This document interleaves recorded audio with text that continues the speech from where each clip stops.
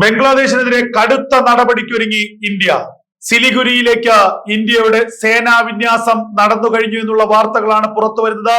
സിലിഗുരി കോറിഡോറിന് ചുറ്റിലേക്കും ഇന്ത്യയുടെ വൻ സൈനിക വിന്യാസം. ഏതെങ്കിലും തരത്തിൽ ഇനിയും പ്രകോപനം തുടരുകയാണെങ്കിൽ, പാകിസ്ഥാന്റെ വാക്കുകേട്ട് ഇന്ത്യയെ പ്രകോപിപ്പിക്കാൻ നീങ്ങുകയാണെങ്കിൽ ബംഗ്ലാദേശിനെതിരെ അടുത്ത സൈനിക നടപടിക്കാണ് ഭാരതം നീങ്ങുന്നത് എന്ന സൂചനകൾ പുറത്തു വരികയാണ്. അതിർത്തിയിൽ പ്രകോപനമുണ്ടായാൽ ബംഗ്ലാദേശിനെതിരെ സൈനിക നടപടിക്ക്, സൈനിക നീക്കത്തിന്, മിലിറ്ററി നീക്കത്തിന് ഇന്ത്യ തയ്യാറെടുക്കുന്നു എന്നുള്ള സൂചനകളാണ് പുറത്തു വരുന്നത്. കഴിഞ്ഞ ദിവസം തന്നെ RSSന്റെ കടുത്ത സമ്മർദ്ദം കേന്ദ്ര സർക്കാരിന് മേൽ ഉണ്ടായിരുന്നു. കടുത്ത ഹിന്ദു വിരുദ്ധ, ഹിന്ദു വംശഹത്യയാണ് ബംഗ്ലാദേശിൽ അരങ്ങേറുന്നത്. ഒരു ചെറുപ്പക്കാരനായ ദീപു ചന്ദ്രദാസ് എന്ന ഹിന്ദു യുവാവിനെ തല്ലിക്കൊന്ന്, പരസ്യമായി ധാക്കയുടെ തെരുവിൽ തല്ലിക്കൊന്ന്, അതിനുശേഷം പെട്രോൾ ഒഴിച്ച് കത്തിക്കുന്ന കാഴ്ച, അത് ആഘോഷിക്കുന്ന ബംഗ്ലാദേശികളുടെ ദൃശ്യങ്ങൾ, അത് ലോകമാധ്യമങ്ങളിൽ തന്നെ നിറഞ്ഞു നിന്നതാണ്. ലോകത്തെ മുഴുവൻ വേദനയിലാക്കിയ ഒരു വലിയ മഹാസംഭവമായിരുന്നു അത്. അതിന്റെ കൂടി പശ്ചാത്തലത്തിലാണ് ഇപ്പോൾ കേന്ദ്ര സർക്കാർ അടിയന്തരമായ നീക്കത്തിന് തയ്യാറെടുക്കുന്നത്. ഇന്ത്യയുടെ വടക്കുകിഴക്കൻ സംസ്ഥാനങ്ങളെ ലക്ഷ്യം വെച്ച് ചില പ്രകോപനപരമായ പ്രതികരണങ്ങളും ചില നീക്കങ്ങളും ബംഗ്ലാദേശിലെ ജമാഅത്തെ ഇസ്ലാമി ഭരണകൂടം നീങ്ങുന്നു എന്നത് ഇന്ത്യ നേരത്തെ മനസ്സിലാക്കിയതാണ്. ഉസ്മാൻ ഹാദി എന്ന ഇന്ത്യ വിരുദ്ധനായ, ഇന്ത്യയെ കീറിമുറിക്കണമെന്നും ചിക്കൻ നെക്ക് കീറിമുറിച്ചുകൊണ്ട് വടക്ക് കിഴക്കൻ സംസ്ഥാനങ്ങളെ ബംഗ്ലാദേശിന്റെ ഭാഗമാക്കണമെന്നും പ്രസംഗിച്ച ഉസ്മാൻ ഹാദി മണിക്കൂറുകൾക്കകം വെടിയേറ്റു കൊല്ലപ്പെടുകയായിരുന്നു. അതിന് പിന്നാലെ ഉണ്ടായ വലിയ കലാപം, അതാണ് ബംഗ്ലാദേശിൽ ഇപ്പോൾ വലിയ ആഭ്യന്തര പ്രശ്നമായി മാറിയിരിക്കുന്നത്.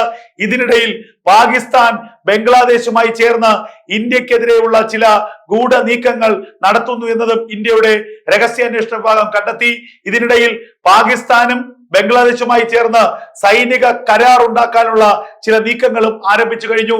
ഇതൊക്കെ കൂടുതൽ ഗൗരവത്തോടു കൂടി എടുത്തപ്പോഴാണ് ഇന്ത്യ സൈനിക നടപടിയിലേക്ക് നീങ്ങാൻ പോകുന്നത്.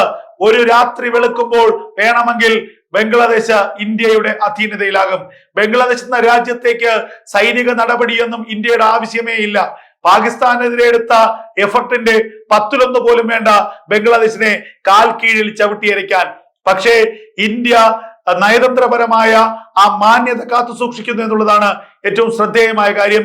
ചിക്കൻ നെക്ക് എല്ലാ കാലത്തും ഇന്ത്യക്ക് ഒരു വലിയ ഭീഷണി തന്നെയാണ്.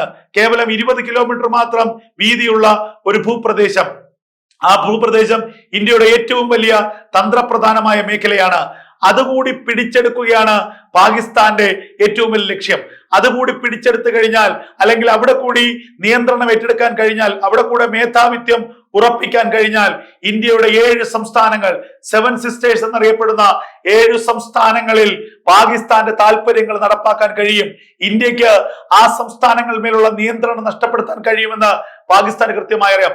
അതുകൊണ്ട് തന്നെയാണ് ഈ ചിക്കൻ നെക്കിൽ, സിലിഗുരി മേഖലയിൽ എപ്പോഴും ബംഗ്ലാദേശിനെ ഉപയോഗിച്ചുകൊണ്ട് വലിയ പ്രതിസന്ധികൾ സൃഷ്ടിക്കാനും പ്രകോപനങ്ങൾ സൃഷ്ടിക്കാനും പാകിസ്ഥാൻ ശ്രമിക്കുന്നത്. ഇപ്പോൾ ഇതാ സിലിഗുരിയിലേക്ക് ഇന്ത്യയുടെ സൈനിക വിന്യാസം നടന്നിരിക്കുന്നു. സിലിഗുരിയുടെ ഇരുഭാഗത്തും ബംഗ്ലാദേശികളാണ്, ബംഗ്ലാദേശിന്റെ പൗരന്മാരാണ്. അത് മാത്രവുമല്ല, അസം അടക്കമുള്ള സംസ്ഥാനങ്ങളിൽ 40% ബംഗ്ലാദേശികളാണ്. കാലങ്ങൾക്ക് മുൻപ് തന്നെ ഇന്ത്യയിലേക്ക് എത്തിയ, അല്ലെങ്കിൽ 71 മുൻപ് ഇന്ത്യയിലേക്ക് എത്തിയ ബംഗ്ലാദേശ് പൗരന്മാരായിരുന്ന, പിന്നീട് ഇന്ത്യക്കാരായി മാറിയ ബംഗ്ലാദേശികൾ ആയിരുന്ന, ബംഗ്ലാദേശ് ഒറിജിൻ ആയിരുന്ന ആളുകളാണ് മേഖലയിലുള്ളത് എന്ന് ഉറപ്പായിട്ടും പറയേണ്ടി വരും. അപ്പോൾ അവരുടെ നിലപാട് എന്താണ്? ഇവർ ഒളിഞ്ഞും തെളിഞ്ഞും ബംഗ്ലാദേശിനെ സഹായിക്കുന്നുണ്ടോ? ഇത് ഇന്ത്യ ഗൗരവമായി തന്നെ കാണുന്നുണ്ട്. അതുകൊണ്ട് തന്നെ ചിക്കൻ നെക്കിനെ തൊട്ട് കളിക്കാൻ ബംഗ്ലാദേശിനെയോ പാകിസ്ഥാനെയോ അനുവദിക്കില്ല. ഏതെങ്കിലും തരത്തിലുള്ള പ്രകോപനം ഉണ്ടായാൽ ബംഗ്ലാദേശ് രാജ്യത്തിന് തന്നെ ഇന്ത്യ കാൽ കീഴിൽ ചവിട്ടിയരയ്ക്കും. ഇന്ത്യയുടെ ആക്രമണം താങ്ങാനുള്ള ശേഷി ബംഗ്ലാദേശിന് ഉണ്ടാകില്ല. വളരെ ശക്തമായിട്ടുള്ള മുന്നറിയിപ്പ് ഇന്ത്യ നൽകുന്നു.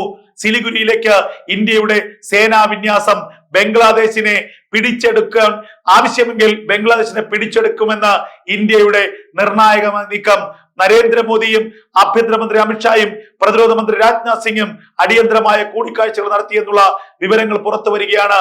ബംഗ്ലാദേശിലെ കലാപം, ബംഗ്ലാദേശിലെ ഹിന്ദു വേട്ട, അതിനെ ഗൗരവത്തോടു കൂടി തന്നെ കാണുകയാണ് ഭാരതം.